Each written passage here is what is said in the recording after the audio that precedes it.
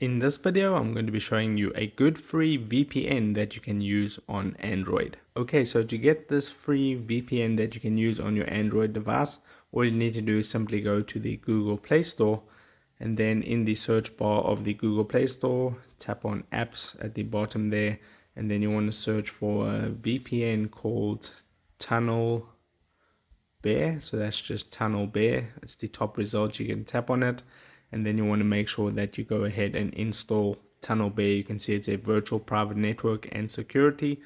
I have it installed already, so I'm going to open it up. All you need to do to get access to this free VPN is to create a free account with either your email address and a password, or you can simply just connect your Google account.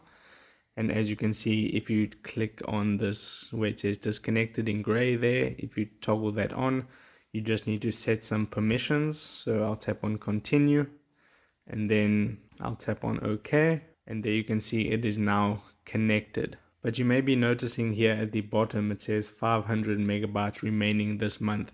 So when it comes to free VPNs, obviously you're going to get limitations with the amount of data that you can actually use with them.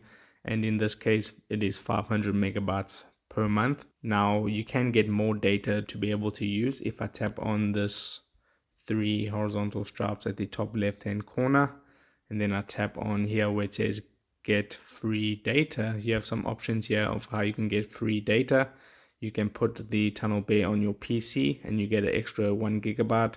You can invite some friends to Tunnel Bear and then you get 1000 megabytes or 1 gigabyte per sign up.